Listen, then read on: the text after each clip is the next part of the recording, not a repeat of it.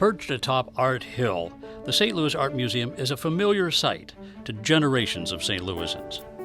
The grand building was originally called the Palace of Fine Arts, and it was built for the 1904 World's Fair.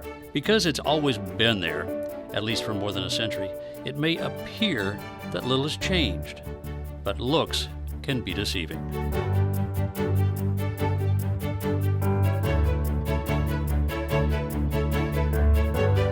The museum has evolved with the times and has a vast collection of art from every period in history. The quality of the museum is what attracted Brent Benjamin to sign on as museum director in 1999. During his tenure, the museum space grew with the addition of an east building, and as a result, even more of the collection is now on display. Benjamin spearheaded significant acquisitions, and most recently increased the number of works by African American artists in the collection. Benjamin is retiring in 2021 after nearly 22 years on the job.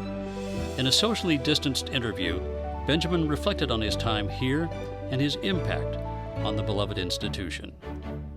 As he turns the page on a new chapter in his life, Benjamin remains enthused about the museum and the city he's called home for over 2 decades.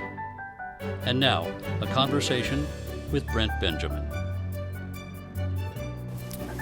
Thanks for joining us, Brent. I appreciate your time. And I'd like to take you back 22 years. What drew you to this job? Why did you come to St. Louis from Boston? So I came to St. Louis it was May 1st of 1999. I'd been at the Boston Museum for over 12 years at that point, and the phone had begun to ring. There was sort of a cycle of museum director openings, and I was fortunate enough to get a few calls. And I went out on a few interviews, and one of those was the St. Louis Art Museum. And I'll have to tell you a secret, which is that I'd never been to St. Louis. And so I came out a little bit ahead of time so I could get a look at the museum. And they made that possible. And I have to say, I just couldn't believe it. And coming from a really great, extraordinary, comprehensive art museum like the Museum of Fine Arts in Boston, that was something that I really enjoyed, and it was certainly an aspect of a job I would eventually be taking that I was looking for. And when I walked into the galleries of the St. Louis Art Museum, I really thought I'd found that. Now, of course, it wasn't my decision to come. It was the board's decision to invite me to come, right? I don't get to choose. But it was your decision to accept. And it was definitely my decision. That's kind of what I was interested in. Accept. Why would you accept this when you're being courted by other museums around the country? What drew you here specifically? Well, the collection, right? The collection is the base on which the entire museum is built. It's the base on which the program is built. It's the base on which exhibitions are negotiated. It's the base on which exhibitions are organized by the museum. It's the base on which educational programs are based. And of course, it's the thing that gives each of these organizations their personality. We deal for the most part, in unique objects. And so each museum is going to be different because your painting by Monet is going to be very different than my painting by Monet, and that's where you get some really interesting opportunities happening. Here, of course, there is a history of huge benefaction and donation to the art museum, and so this museum has a very specific kind of personality that's created by the character of the collections that were given to it over time. What about the collection spoke to you? Well, I would say its comprehensiveness was really a critical aspect for me. There's almost no culture in the entire history of the world that isn't represented here by a certain number of examples. And fortunately, in this collection, and this is the second point, is that the quality levels are just extraordinarily high. They're consistent. We don't have, wonderful of this and wonderful of that and not so good of something else, right? We really have, almost everything you look at here is really sort of textbook level quality. I mean, it's fantastic. And That was very obvious to me looking at it from a professional point of view. I was like, holy moly, is that really in this museum? Or that's a wonderful example of, and so on. I think the only exception to that is not really a qualitative exception, but it's an exception of sort of footprint and mass. We're very weak in South and Southeast Asian art. So India, Southeast Asia, there's not a whole lot in this collection from those regions and cultures. from those eras. Now, we do have a gallery of South and Southeast Asian art. It has a few extraordinarily fine examples, some textiles, there's some works on paper. But that's really an area of relative weakness, again, not qualitative weakness, but volumetric weakness. After you took the job and you'd been in the position for a little while, what surprised you? What jumped out at you that you had not anticipated? What surprised me? Well, I would say that, I think St. Louis has a reputation for not embracing change. But when I came, of course, after a while, I wanted to make certain kinds of changes in the museum, and those changes were embraced. I had some ideas about the staffing and the structure I wanted to change, and that was embraced. I had some ideas about installing the collection differently, and those were embraced. I had some ideas about some acquisitions, and not only were those embraced, but people came up with resources to help us do those things. I mean, they wrote checks. And I thought, well, this is really fun. And so in a way, some of those things were easier here than I would have imagined, based on my experience in Boston, where many of those things were not so easy. After 12 years in Boston, did you ever anticipate being here 20 years? Was that ever on your radar screen? No, I mean, no one is more surprised than I am to be sitting here now almost 22 years. It'll be 22 years in May, believe it or not, and no one's more surprised than I am by that. If you had told me that in 1999, I don't think I would have believed it possible. Of course, 22 years, it's an eternity in some ways, and it has gone by in a flash in other ways. I mean, time is an interesting thing in that way. So that begs the question, what kept you here?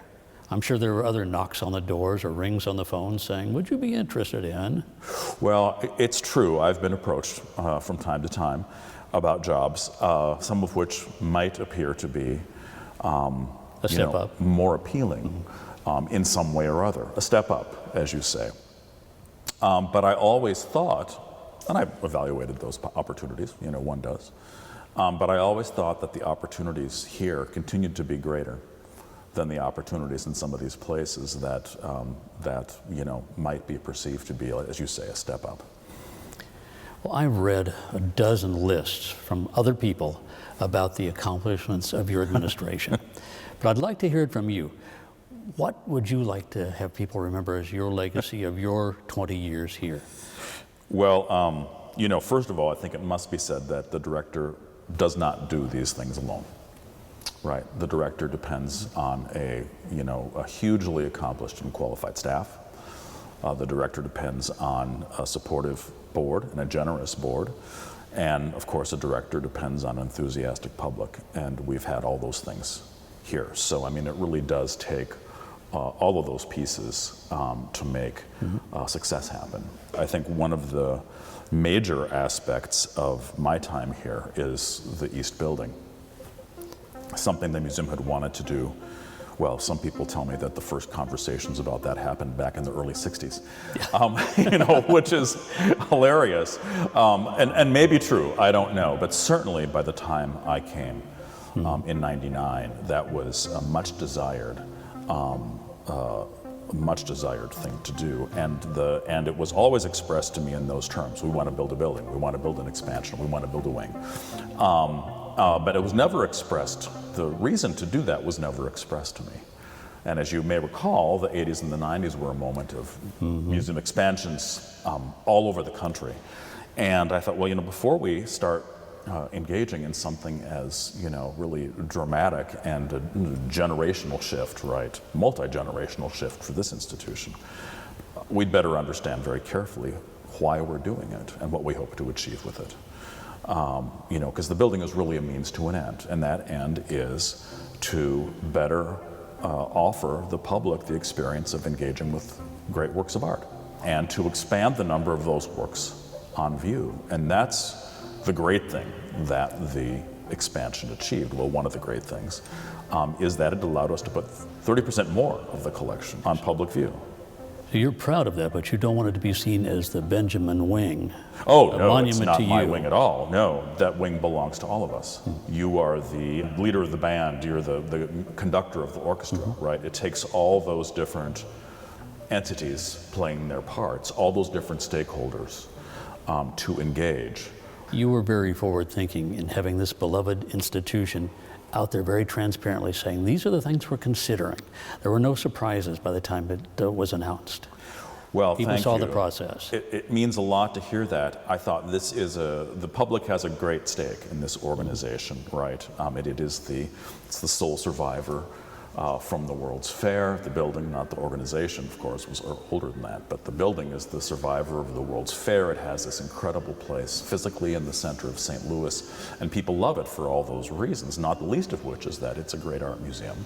And they support that with their property taxes and help us continue to be able to offer free admission for now over a century, which is a fantastic means of providing access to everyone. So it was clear to me that people in St. Louis felt very passionately and very personally about this institution. But it was not my idea. I mean, a colleague of mine, a wonderful colleague of mine, Catherine Lee Reed, in Cleveland, had done not quite as extensive a public process, but a similar sort of set of conversations around town about why they were expanding and about the selection of the architect. I don't think she'd necessarily gotten as far into the design process as we did, but I was really borrowing a card from her pack in a way, because Cleveland and St. Louis were very similar in lots and lots of ways. And that really served us well, and I think we got a huge number of people interested in what we were doing. We managed that question of, was this going to be a building that would look like the World's Fair building, or would it be a building that would be more appropriate for our time in terms of its style? And I think people came to terms with that who may not have started in that place. But my favorite comment about the whole process was at the final session. I think we did 5 or 6, I don't remember. Something like that. And then we did Q&A at the end of each one, and that was the moment, the real, sort of cringe moment. Oh, yeah. Who's going to ask what? You just never know when you open yourself up for public questions. And a woman raised her hand and said, thank you for doing this. I had no idea how complicated this was. And I thought, wow, isn't that fantastic that through all of this, we gave her, and clearly other people must have felt the same way, a notion of, how do you add to a building that is beloved? How do you do it in a way that's respectful of the past, that's respectful of the park, that is appropriate to our own time, that steps back in terms of its own sort of physical expression to allow for the beautiful display of works of art of various different kinds, right? Because the exhibition galleries are going to hold everything over time. And how do you do that within a framework and a budget that imposes restrictions on you? And I thought that was a fantastically insightful comment. And as you know, we chased this thing around the building. It was underground, it was here, it was there, and when we finally got to the end, I think everyone thought, well, why didn't we start there? That's so obvious. But it's not obvious at all. No. Right, it was never obvious. It only became obvious because we had tried, this, and that didn't seem right, but there was something we liked. And then we tried something else and something more we liked. And we sort of started to gather those things that we liked in this kind of iterative process to a point where we came up with, I think, a really good solution. So on your list of accomplishments that you're very proud of, obviously the East Wing. What else? What collections that you've added or other things that you've brought to the table would you say, I'm very proud of that? The collection is the thing that continues on beyond us, right? And there's a lot of conversation about that. But the fact of the matter is that so many St. Louisans have been so generous to this museum historically and continue to be generous. And so we've had donors give incredible individual works of art, and we've had donors give entire collections during my time that have really transformed what we have on display and what we are able to show in the museum's study rooms. And of course, the staff have done their part by going after acquisitions that were purchased. And I think that for a museum that has relatively small acquisition budgets, we've got about $1 million a year, which of course is a lot of money. But you know what the art market looks like. But in the art market, these that's days, not a lot of money. Doesn't do a whole lot for you. And so I think our curators have been intrepid in actually understanding how to impact this collection positively, and to do so within really constrained circumstances in terms of budget in relationship to what the market price of these things is. And people have helped. We've had lots of donations of funds for acquisitions, and it's been great. And I think we've really made an impact on this collection. So I love to walk through the galleries and see the things that have been purchased under my tenure. Any particular collections you want to mention? Well, we have tried to actually expand the museum in every way. So we haven't focused in one area. We've actually tried to focus our resources and our efforts broadly across the collection. So we have purchased African art, we've purchased ancient Mississippian art, we've purchased antiquities, Greek and Roman and Egyptian antiquities, we've purchased American and European painting and sculpture, we've purchased contemporary art, lots of works on paper, decorative arts, Asian art. So we've really tried to build the collection across the entire history of art. And each aspect of the collection requires something different, right? So we're always looking for what's the piece, or what are the pieces that will really make an impact in terms of knitting the things that are here already together, telling a richer story.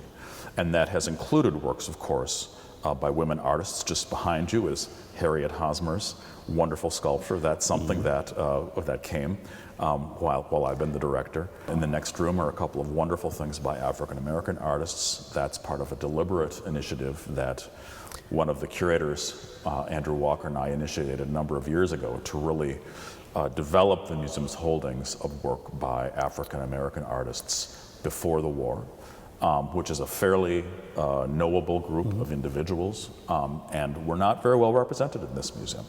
So we thought that was important. But I think if I were to point to one thing, I would say the election series by George Caleb Bingham. Beautiful series. Well, it was on loan at the museum when I arrived, but it was not owned by the museum. And you asked about the relationship between Boston and St. Louis, and one of the lessons I learned in Boston was that there are things on loan that you'd hate to lose, but you get to the fourth and fifth generation, and you know, people want to make down payments on houses, and they want to send kids to school, and they want to buy a summer house, and whatever, or someone hasn't done very well, and then they decide they want to sell great-great-great-grandma's schoolgirl embroidery. And that happened over and over and over. So the first question I asked the curators was, what's on loan here that we can't afford to lose? And they thought about it, and they came to me the next day and said, well, there's really only one thing that's in that category, and it's the election series, which was owned by Nations Bank at the time, now Bank of America. And there's a long history behind that, and I won't get into that, but there was some bad blood around that.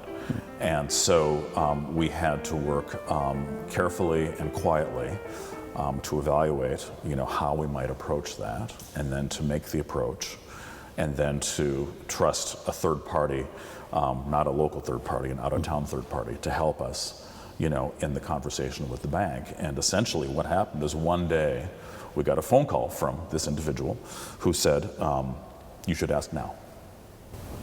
And we did, and the gift was agreed upon, and that's the biggest gift this museum.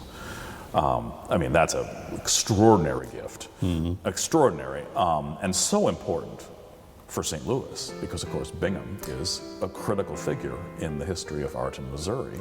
Absolutely. And in the history of art nationally and internationally, that we just couldn't have afforded to lose those. And it's all about politics in Missouri in the 19th century.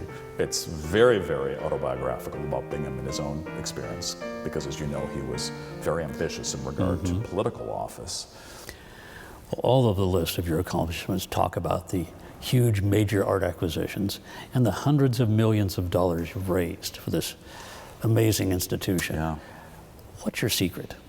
Is there like fundraising 101 in how to be a museum director school? Well, what's my secret? First of all, there are no secrets. Okay. So I mean, you could read a Basic Capital Campaigns 101 book, of which there are dozens out there in the market, and that's what we did. We didn't do anything special, but we did follow the rules. We did follow the book. We did follow the framework. And that's a fairly glib answer to something that's much more complicated. But I think the first thing is you have to make sure that you have people on the board who are not afraid to lead. There are people who have always been related to the museum in some way or other. You're new in town, you don't know a lot of these people, so you have to know someone who knows somebody who can get you to the right person at the right time. Well, you spend a lot of time having cups of coffee and glasses of wine with people, right? Courting. I gained a lot of weight the first 2 years I was here. Because you do have to start to understand the context, right? And think about who it is, not who it is who is said to be able to help, but who it is who actually wants to, right? There's a big, big difference between that. And I mean, the museum has been fortunate, is and was then and was before and is now fortunate to count really, really deeply caring people who care about the museum, who care about the public impact that it makes, and who want to see it grow and be better. And that is something that was true before I came. It's something that has been true for 22 years, and it's certainly something that I expect will continue. That's part of the job description for a museum director, isn't it? You wear a lot of hats. You work with the curators, you have to know the art, you have to know the fundraising. Yeah, I mean, I think that is one of the complications of the job. It's a complicated job. It's one of the appeals of the job for me. And I mean, the multiple aspects of it I find really fascinating. And the way in which they link to each other, right? Because it's all tied together. It's not just one thing. So we put a board in place. We did the requisite planning. So we did a long-term space plan. How much space will the museum need 20 years from now? In 2022. Right around the corner, isn't it? Really, that's very amusing now, right? To be as vital then as it is today. Parking, of course, was a huge issue here. A gigantic complaint. I mean, compared to parking, we didn't have complaints. I remember those days. It was the only complaint. Remember those days? 10. It was bigger than all the other complaints by a factor of 10. Nowhere to park. And of course, it is the park. And they had made an agreement that any parking that we built that would be incremental would be underground. Well, that's an expensive proposition. So, you know. But obviously, we want to make it easy for people to come and visit the museum. So we did a parking study. We did a campaign feasibility study. Very important, a step that many people don't do, where you actually say, here's what we think we're looking for, here's what we think we want to do, here's why we want to do it. In our case, of course, that was a building for the purpose of showing more of the collection, for giving us more modern and more functional exhibition spaces, which we moved from a different place in the building, and backfilling, of course, with the collection and an endowment that would allow us to operate it without a financial hit to the operation that so many museums experience when they open a big new building. And you go out and test that, right? And you say, you know, would you be interested in helping? And if the answer is yes, you know, what level of support do you think you'd be considering? We don't do that. A third party does that. It's a technical thing. But it's the beginning of lining up your leadership. And you find out, people tell you, I'd be happy to be involved and I'd be happy to lead that. And so based on that, we set a leadership phase goal of $100 million. John Weil agreed to chair the campaign. came out of the box with a $10 million lead gift. Oh. And we were off to the races. And John, I mean, this would never have happened without John, never. And not just because of the incredible generosity, but because of the wonderful partnership he and I had with the development director and a few others, right? Which allowed us to go out and knock on doors and talk to people, and it was extraordinary. We got to $100 million in 3.5 years. And of course, $100 million wouldn't do it, and we knew that too. But this is how that goes. And so we raised the goal and raised the goal again, and we raised the goal again. And in the end, not the skills that you learn in art history class. Yeah, exactly. University. That's why I study Renaissance art in German. Exactly. Yeah.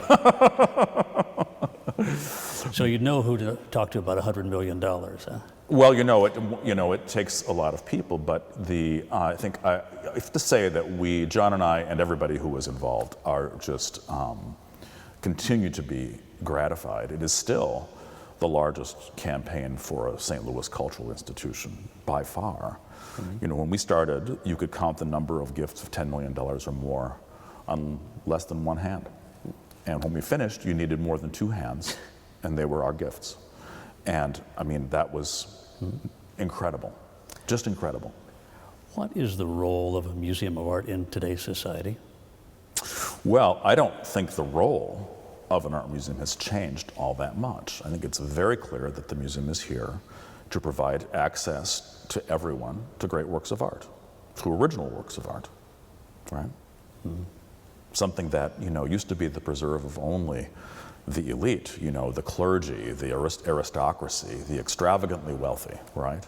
And now, here in St. Louis, anybody can walk in the door, any time of the day, spend 2 hours, spend 20 minutes, spend a whole lifetime spending time in front of great, great things.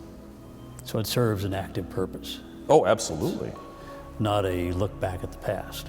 No, I mean, there are wonderful works of art from millennia ago in this collection. There are wonderful works of art from St. Louis in this collection. This is a wonderful way of, I always talk about the purpose of art museums is to help us understand the world around us and our place in it, right? To realize that, the things that we are facing are nothing that hasn't been faced before. That the objects themselves are often survivors of cataclysm, right? Mm-hmm. And that a series of somebodies over centuries felt that they were worthy of preservation for one reason or another. So there are lots and lots of lessons in art museums. But of course, we show contemporary art as well, and things that are commissioned for us by living artists. So it is everything from the past to the present. It's an active effort to try to keep it current. So it's not just a tribute to the past. Well, this museum has always had a very robust contemporary program in the context of a great historical collection. And that is distinctive, right? Not every great museum with the great past has had a very robust 20th century or modern and contemporary kind of a program. Boston, for example, always struggled with that. And never really made it into the 20th century. And of course they were trying to catch up when they realized that was a problem. But for many, many years they didn't acquire things from the first half of the 20th century very, very robustly. And now they're trying to change that. So it is a distinctive strength of this museum that the 20th century, now the 21st, is so strong here. And that really has to do not only with the museum, but also with the collectors who collected those things and then, gave or bequeathed them to the public. Where does this institution stand in the industry? So, if you're talking about comprehensive art museums, this institution is easily in the top 10. And as such, it is an outsized resource for a community of this size, which is right nowhere near the top 10 in population. Mm-hmm. And we'd never trade it for any museum that was west of here. You might swap it for something that was east of here, but that has to do with the age of the institution, founded in 1879. It's been around for a long time. Indeed. Has to do with the robustness of local collecting and the way in which people have donated, works of art and entire collections over generations to this museum. And it has to do with the robustness of public funding. This museum has been funded by the public since 1909. Was not free for the first 25 years. You had to pay it to get in. And Halsey Ives, who was the first director, ran a campaign to ask the city, not the city, to ask the taxpayers, right? It's never been about the city, it's been about the taxpayers. It's been about the community. Asked them to fund the museum, and in 1909 they said yes. And they have continued to say yes. And I find that not only extraordinary, but I find it that to me makes my responsibility very clear, right? I am indebted to every single taxpayer in the city and the county. It is our museum in a very real way, in a way that's not necessarily so true of other museums. And I really feel that when I'm in the galleries with members of the public, that they really they feel a personal stake in this institution, and they should. Do you see tangible examples of how this institution is impacting the community to which it owes so much? Oh, well, you can see it in the attendance, which is one of the top attendances per capita of any art museum in the country, right? So, people say, well, do you hope to grow your attendance? I'm like, well, if you've got a top 5 per capita attendance in the nation, what is it that you're going to do, absent, significant growth in the metro population, to grow the attendance? You might say that we had actually maxed our attendance. In terms of data being brought to bear on that question. Now the answer is certain kinds of exhibitions will certainly bring in people who won't come for anything else. And so, we've had 2 of the 10 best attended exhibitions in our history. It's 140 years. Under your watch? Since I've been here, yeah. One was in 2001. That was Van Gogh and the painters at the Petit Boulevard. And the other was just a couple of years ago, which was Sunken Cities. It was amazing. And it's wonderful to do those things and have people who might not have been here since they were in 4th grade or 5th grade come and remind them of just what a special place this is. Those 2 years were 2 of the top 5 attended years in this museum's history. So it reminds us that that the exhibition attendance is actually a critical component of what makes up the total museum attendance. But we've got generally about 500,000 people a year. Good sign of impact. In a community of about 2.5 million people. That's phenomenal, particularly when our tourist attendance is actually a pretty small percent of that. And you contrast that with a museum in, say, New York or Los Angeles. In New York, those museums are 75%, 80% tourist driven. So it's a completely different equation, right? The community really embraces this organization. It absolutely does. Yeah, it absolutely does. Now, you're only going to be 62 when you retire. That's way too young. What does the next chapter of your life look like? Well, I'll tell you, I have a cabin in Minnesota. I'm from Minnesota. And the first thing I'm going to do is go up there and spend the summer. And get out of the St. Louis heat and humidity. Paddle a kayak, yeah, exactly. Pick some blueberries and drink some bourbon and enjoy myself. And then I have some really ambitious personal travel plans, but I'm kind of minding the COVID situation right now to see about whether some of that is going to be possible or whether I have to delay some of that. Right. So I'm kind of keeping anything post-September on hold for the moment because I suspect we'll know more. But at the moment, it's kind of murky out there. I understand you're a classically trained pianist and you want to practice a little bit. Yeah, well, let's just say that my practice regimen has declined, given the pressures of the job. Yeah, so it's one of the things I'd like to do is to get my piano chops back in shape. Now, I had also read that you thought you might want to live abroad for a while. Yeah. Where would you go? Yeah. Well, it's a sort of a formative idea in the back of my mind, but I'd certainly... some of the obvious places would be in London. I could see living in London for a half a year or a year. Certainly in France, northern Italy, places like that. I have a great curiosity about Australia and New Zealand, a place I have not been able to travel. And I'm very curious about what life is like there as another colonial outpost, right?